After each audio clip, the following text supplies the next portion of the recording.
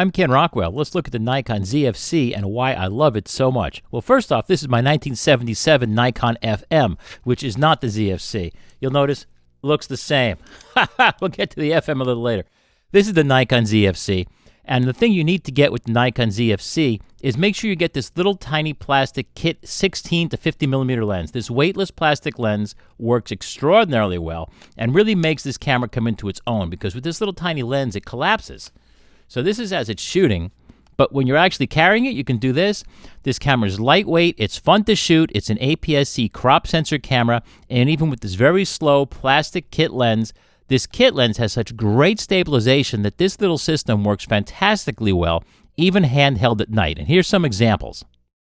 This is the Forever Maryland sculpture. This is set with that little kit lens set to 20 millimeters, wide open at f3.8, handheld at 1/8 of a second at ISO 1250. And it looks great to me. Here's another shot at night. Here's a car parked in an unusual manner. This is with the 16 to 50 millimeter lens. I'm going to stop saying that. Every photo you're seeing here has been shot with this tiny little throwaway plastic kit lens, which I love. This is with the kit lens set to 30 millimeters, wide open at f4.8, handheld at 1/13 of a second at auto ISO 8000. And it looks just fine. I'd much rather carry around my ZFC and its tiny little lens that collapses than one of the full-frame cameras when I'm out trying to have a good time. Here are 3 bicycle wheels. This is at 27.5 millimeters, wide open at f4.5 at a 60th of a second at auto ISO 100. I love the way the ZFC renders natural light. This is exactly as it came out of the camera at 18.5 millimeters at f8 at a 250th at ISO 100 with plus 7/10 of a stop exposure compensation, and I just love the way light looks. This is at 16 millimeters at f11 at a 50th at ISO 100 with 3/10 of a stop positive exposure compensation. This is just walking around at dusk. This is at 16 millimeters, wide open at f3.5, handheld at a 1/6 of a second at ISO 2500. And what I love about this little kit lens is that even at a 1/2 a second at the wide angle end, I can get perfectly sharp tripod equivalent shots, even at about a 1/2 a second almost all of the time. I love this little lens. Night shots with this little camera, no problem. This is at 16 millimeters, wide open at f3.5, handheld again at a 1/6 of a second at auto ISO 1800, and it looks just great. These are clearing storm clouds. This is at 29 millimeters at f9 at 1/320th at auto ISO 100 with plus 7/10 of a stop exposure compensation. I call this photo the purple swirl, although the artist of Vladimira Klumpar, who's an American born in the Czech Republic in 1954, titles this See Subject 1 of 2010. This is taken inside a museum at 26.5 millimeters, wide open at f4.5, handheld at a 25th at ISO 100. And it is flawlessly sharp. And as always, I love the way the color and tone and light render with this camera. Outside at night here at Santorini, 31.5 millimeters, wide open at f5, handheld at a 1/13 of a second at auto ISO 400. It's bright, it's sharp, it's colorful. I love it.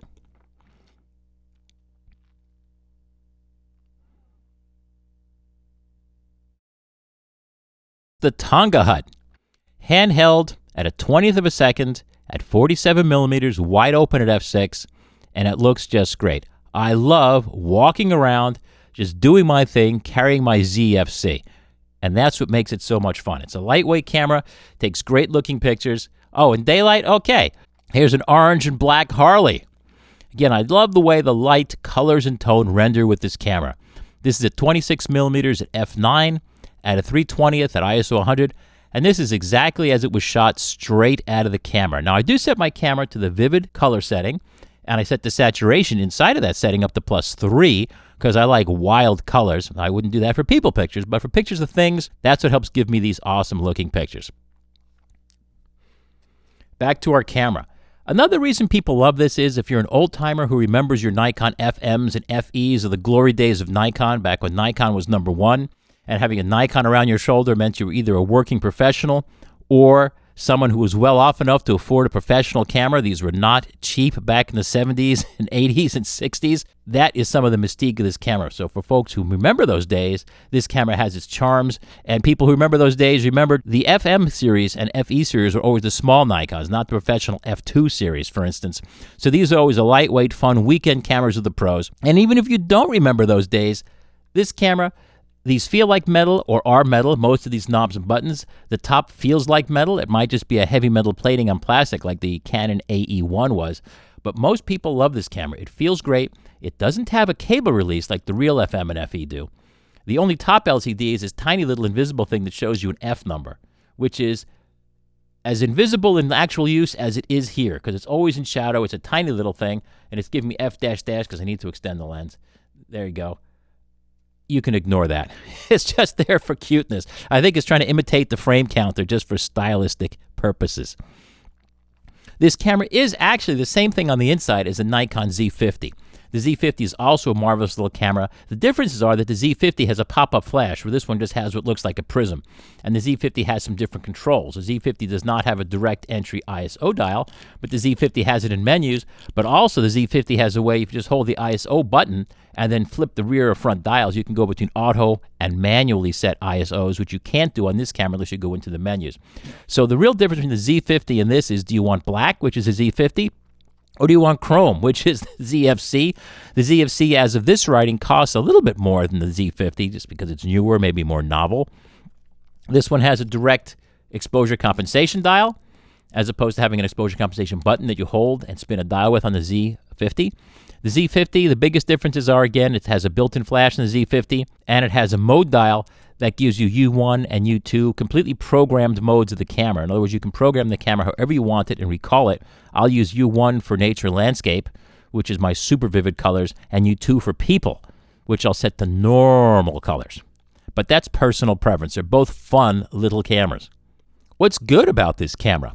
It has lots of buttons and dials. It's fun to shoot. It even has people and animal face and eye detection autofocus for both stills and movies. It can make manual exposures as long as 15 minutes just by enabling it in a menu and then setting it just like any other shutter speed. So if you want 15 minutes or 8 minutes or whatever minutes you want, you just set that as a shutter speed and hit go. It does it by itself. It has in-camera square and 16:9 crops, although it doesn't have any 4:3 or 4:5 crops.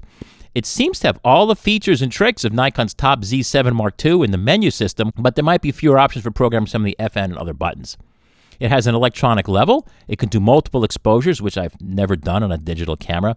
You can save and recall all of your settings to and from a card. And in my written review at kenrockwell.com, and I have links to that in the description, I should have my settings file where you can get my settings if you wanted them and load them into your camera. Another beautiful thing is the cards are properly formatted as Nikon ZFC, which means when I load these into my Mac, look at them in my Finder, it comes up as Nikon ZFC. When I shoot the rubbish cameras like Sony or Fuji, the cards come up as either, I kid you not, either untitled or no name or whatever. You've got to be kidding me. Who was brain dead at those companies? The reason that matters is when I come back from a shoot and I have a bunch of cameras loaded on my card readers and they're all coming up in my Finder and I'm trying to drag from them into my Mac, having a card that says untitled makes no sense to me. I wanted to tell me what the camera was, which the camera does beautifully. You know, it seems silly, but thank goodness in this camera, the automatic electronic beeps are turned off by default. Thank goodness. I don't ever use the rear LCD, but this rear LCD struck me as being very sharp, very color accurate, and it's a fun little LCD. It does flip around. I would rather have a larger LCD that doesn't flip, but hey, they didn't ask me, so too bad. The menu system's reasonably clear. It's worlds better than Sony or Fuji, which are tied for the worst. But the menu system are the usual. You go along here to get your general categories, and then here, they're long menus, and they make a lot of sense, a lot more than Sony or Fuji do. What's bad is there's no built-in flash like the Z50. There's no U1 or U2 modes like the Z50. There's no AF/MF switch. Not all the lenses have that. The cameras always used to have that back in the 80s when autofocus came out. It drives me up the wall because with this lens, if I want to go into manual focus, I have to go into a menu to do it. And the reason I'd go into manual focus, if for some reason I want to lock focus and just leave it there, that's why I use manual focus. Oddly, the mechanical shutter in this little baby is about as loud as a regular SLR. Maybe that's part of the mystique, although you can set this to silent shutter. The longest video take on this little babe is only 30 minutes, which is annoying because, for instance, this YouTube video, I'm going to make this in one take, and it's going to be more than half an hour long, and I'm shooting it on my iPhone because the iPhone does that properly. The shutter stays open with the power off. That's a flaw in a lot of mirrorless cameras, is that this sensor is open to the elements anytime you're changing your lenses. I'd much rather have it closed. That's a bit of a preference call. Only the Canons tend to automatically keep the shutter closed, and the Canons even give you the choice of whether or not you want your shutter open or closed when you turn off your power. So God bless them. There are no color histograms while you're actually shooting. You actually have to take the picture, stop, and look at the playback, and then find the color histogram. And the reason that's important is just the black and white histogram doesn't really tell you anything unless you're shooting black and white pictures. If you're shooting color pictures, there's always one color, red or green or blue, that's going to clip first. You won't see that with a purely black and white histogram. It's usually, for me, the red channel that overloads first, so I need to see that. There's no battery percentage icon. It's just a 3-stage icon. Production was dumped to Thailand. It's not made in Japan like Nikon's real professional cameras, but too bad. There's no ultrasonic sensor cleaner, which means long-term, and I just got this, so I can't vouch for it. Long-term, the sensor may get filthy. On the other hand, maybe they took that feature out because they weren't needed anymore, like a lot of features, like vertical and horizontal controls on TV sets from back in the 1950s. Well, technology made those controls no longer necessary because it wasn't a problem. So hopefully the sensor stays clean. Oddly, there's no deeper detented zero here in this exposure compensation dial, so you have to stop and look at the indication on the screen. You can't just set it back to 0 by feel. What's weird is if you're a full-time pro shooter, I always use the star quality priority modes of JPEG compression. I use basic quality priority. No longer do you have the options of either quality or size priority for JPEG. There's also no pulled ISO modes. It doesn't go below ISO 100. There's no ISO 50 setting. Strange but true. Well, something I wish it did do is this rear controller doesn't rotate as a dial. That's always been nice if it could do that, but that's a little bit of a small point. The in-finder displays don't rotate as you rotate the camera. There's no automatic brightness control for the rear LCD like every iPhone does, although the Finder has pretty good, really good automatic brightness control. The buttons aren't illuminated. That's a real problem with most cameras. Even the best pro cameras only have a couple buttons illuminated. I know all of my telephones since the 1980s have had illuminated buttons so I can actually use them in the dark. There's no second card slot, there's no GPS, and there's no advanced mode lever. That's in the menus.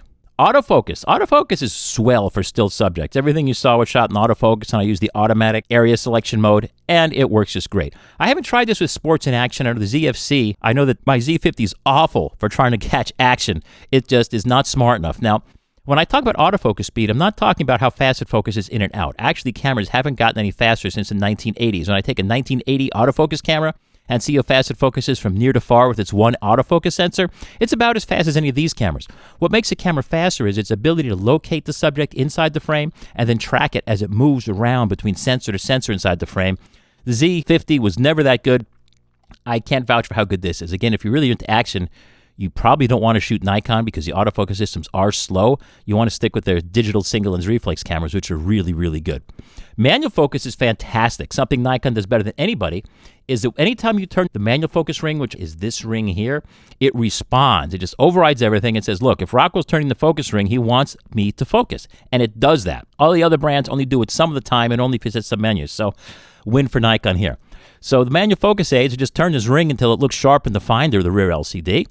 You can select one focus zone at a time, and then it'll turn from red to green when it's in focus in manual mode. Of course, you can magnify the live image in the finder or the rear LCD. There's also a 3-way null indicator, 2 little arrows and a dot in the middle, even when the frame is magnified, so that you can tell exactly when you're in focus, even if you're not really able to see the finder that well, you can see the arrows. It also has focus peaking, which is at menu, custom, which is the pencil menu, D for shooting display, D9 focus peaking, and then set your preferred peaking level. There's a bar indication inside the LCD of the finder to tell you if you're the short or long end of the focus scale, but it's not that useful. Auto ISO is the usual. It's fully programmable, even to being able to shift the automatically selected slowest shutter speed by 2 stops from 1 over the focal length. Auto white balance is excellent, as pretty much all the cameras are today. Ergonomically, it's a great handling little camera. Even the touchscreen works really well for entering text, which is something Sony's can't do. Minor items like the battery card door and the latch release, this is a little hard to get to. Look at this goofy thing. Yeah, it looks cute, but when you actually try to get it, you're like, oh, hold on, what am I grabbing here? It's like, did I get it? Did I not get it? What's nice is, unlike some of the Sonys, this is spring-loaded, so whenever you push it closed, it locks. Some of the Sonys, you have to push it back manually, but this is good. Cards pop in and out. Cards face you, that's correct. They also have enough room between the edge so you can get to them. Battery pops in and out. Battery life is great. I've never been able to run this battery down, so good luck trying to run the battery down. What's weird is having to hit this display button to get the different display options up as you're shooting. In other words, do you want levels, menus, display, all that? What's bizarre is you can't just hit this up button, because on playback, you can hit these up and down buttons to go through the various options for the different screens, but oddly, they're ignored while shooting, probably because most of the time this would be interpreted as moving the autofocus areas around, but that's a minor point.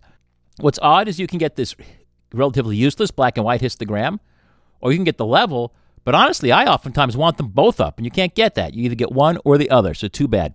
For exposure, problem with all the Nikon mirrorless cameras is that their matrix systems have gotten stupider. In the golden days, 1980s, when Nikon invented the matrix meter and really set the world on fire because that really let you get great exposures without having to know what you were doing, it would automatically expose white things in daylight as white. It wouldn't get fooled and make them gray. Here's what the camera gets right off the top of it. Here's a white cloud in direct sunlight.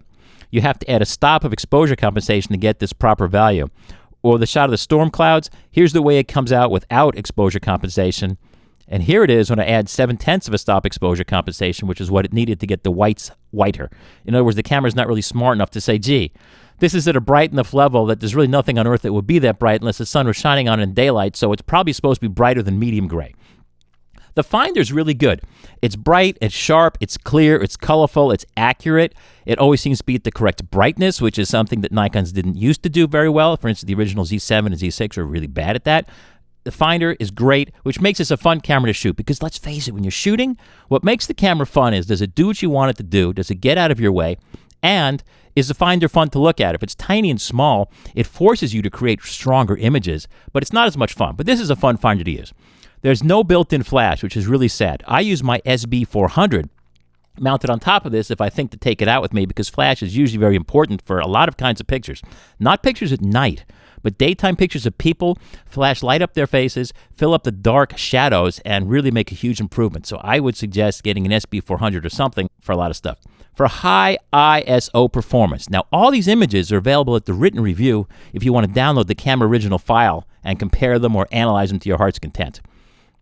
What's nice is that at most ISOs, it looks the same, which is ideal.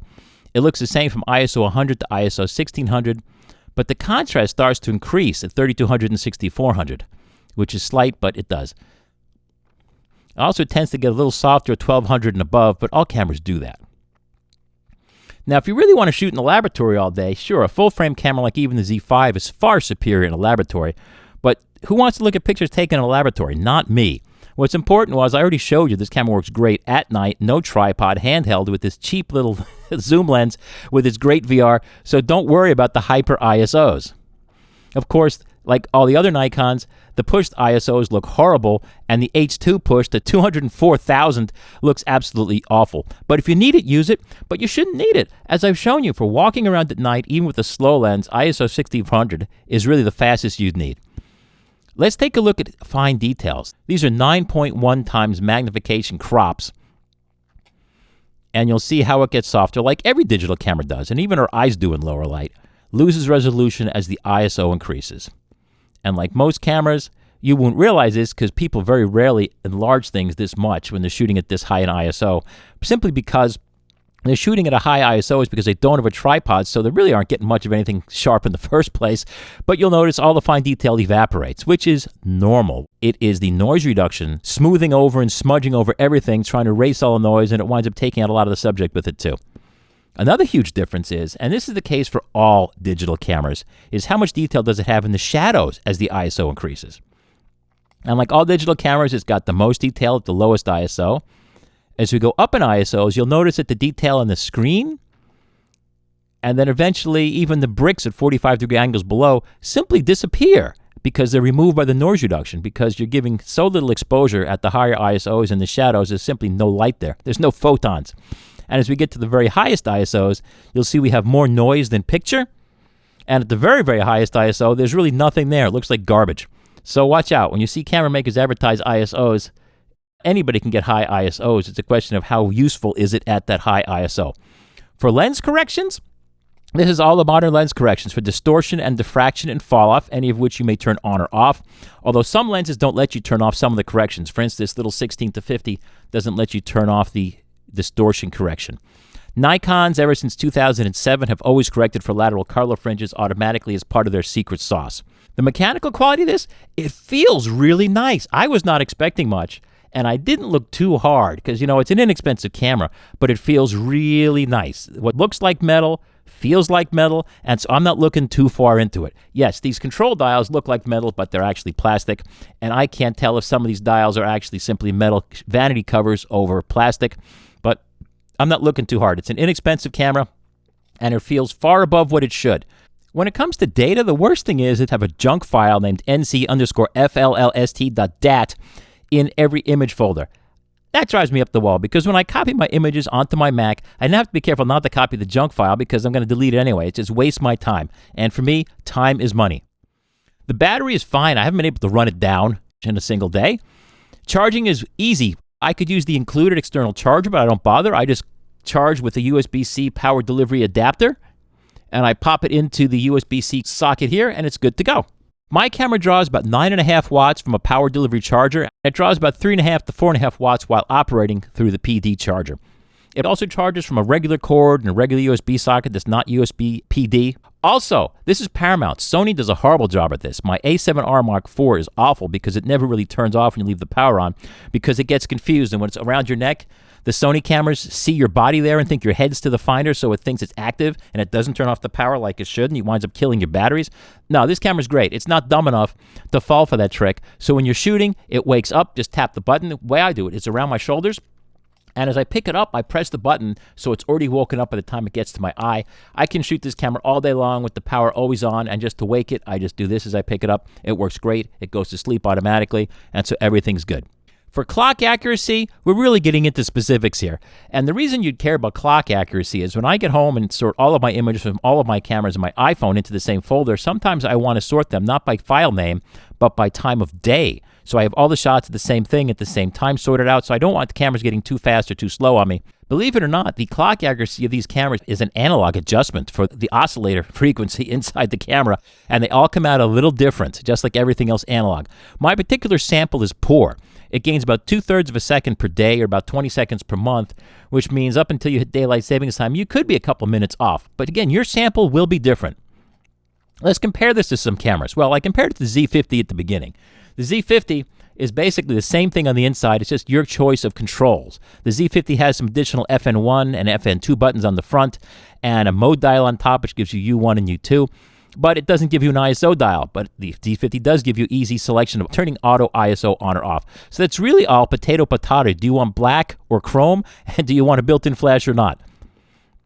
A lot of people have forgotten about the Nikon Df.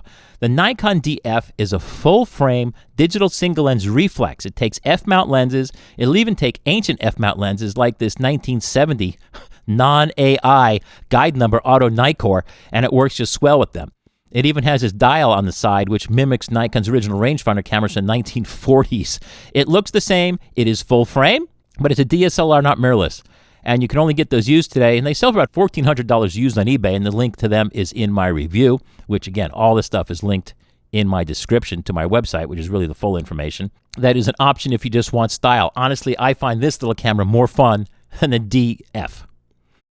If I want to compare this little guy, this APS-C version, to Nikon's full-frame cameras, honestly, I prefer this because it's more fun and it handles a little better.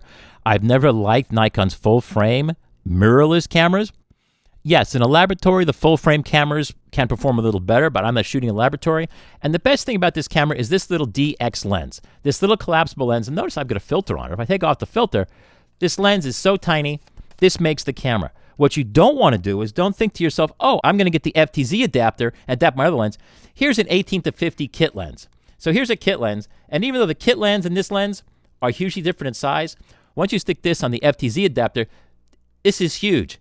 And what happens is if you put this lens, or any of your DX lenses, or any of your F-mount lenses on the FTZ adapter, then put it on your camera, this camera's not fun anymore. It becomes big and a pain in the neck. And for instance, you could put your F-mount manual focus lenses on here, but then it becomes big. And honestly, manual focus lenses work crappy on the FTZ because there is no electronic coupling of anything, and you lose all the data, you lose the auto exposure properly, you lose the EXIF data, and it just is not a good time. Nikon did a crappy job on the FTZ because they did not bother to include the electronic encoders on it that would let it read properly the position of the setting of the dials on the manual focus lenses. So if you're going to get the ZFC, be sure to get the kit lens, which is practically free when bought as a kit. And also the 50 to 250 lens is an excellent lens, and it works great for the ZFC. So if you're getting the ZFC, abandon any thoughts of using the lenses you already had for your digital single lens reflex cameras. They're good lenses and they'll work fine, but they're clumsy. And when they become clumsy, why bother? So let's compare it to some of our other cameras here. Here again is in the original Nikon FM from 1977. You'll notice it looks the same. Size-wise, what's weird is, even though this is an APS-C camera, size-wise it's also about the same. It's not that much smaller. You'll notice that the prism, there's no prism in the mirrorless camera. The prism's a lot longer. You see, there's a lot of overhang with the prism on the actual 35mm cameras. Newer cameras, the FE2. This is my wonderful 18mm f4 AIS lens. The FE2 is automatic exposure. It is an automatically electronically controlled shutter and takes all the F-mount lenses. The camera you really want to get is the FM3. The FM3A came out about 2006. It's a marvelous camera. It actually offers all the advantages. It has a mechanical shutter. All these manually set speeds are mechanically set speeds, so it works even without the battery, which if you remember the good old days, back in the 1970s when they came out with these battery-powered cameras, nobody trusted them. We thought, oh, the batteries are going to die on us and we're not going to miss our shoot. So we didn't trust that. So we all real men shoot mechanical cameras. Well, this gives you the mechanical timing here. And as long as you have a battery in this, it uses two little watch batteries that go in here. Those watch batteries last for years. And if you use the watch batteries in this camera, then you get automatic exposure. So this is the best of the FM and the FE in one camera, but this camera is relatively expensive to buy used today. These are inexpensive if you want to shoot 35mm film. The only gotcha is some of them become so old, you're probably going to have to send them out for service. The FEs are getting pretty old in the tooth now. But I could go on forever about this. Thank you very much for watching this. If you want the full information, look at my written reviews at kenrockwell.com, where you have all the original files for all these photos. You're welcome to download and explore to your heart's content. You also can compare cameras. I have the same thing shot at the same ISOs with every camera, so you can compare APS-C to full frame, to Sony, to Canon, and see which cameras rock and which don't. But do know when you're comparing ISOs, even though I shoot them at every ISO up to like 1 million or more for Nikon's D5 cameras, which look awful, just know that in actual shooting, you don't really need to use anything more than ISO 6400. And if you do, you're probably doing something wrong. In other words, if it's worth shooting and you need more than ISO 6400, you probably ought to think about getting some more light on that subject, which will do far more to get you a better picture than trying to worry about which camera you're using, which might perform a little bit better at ISO 12,000 or 25,000. And again, things like ISO 51,000 and above, if you're shooting there, you're doing something wrong. And thanks for watching Ken Rockwell and KenRockwell.com here at KenRockwell.tv.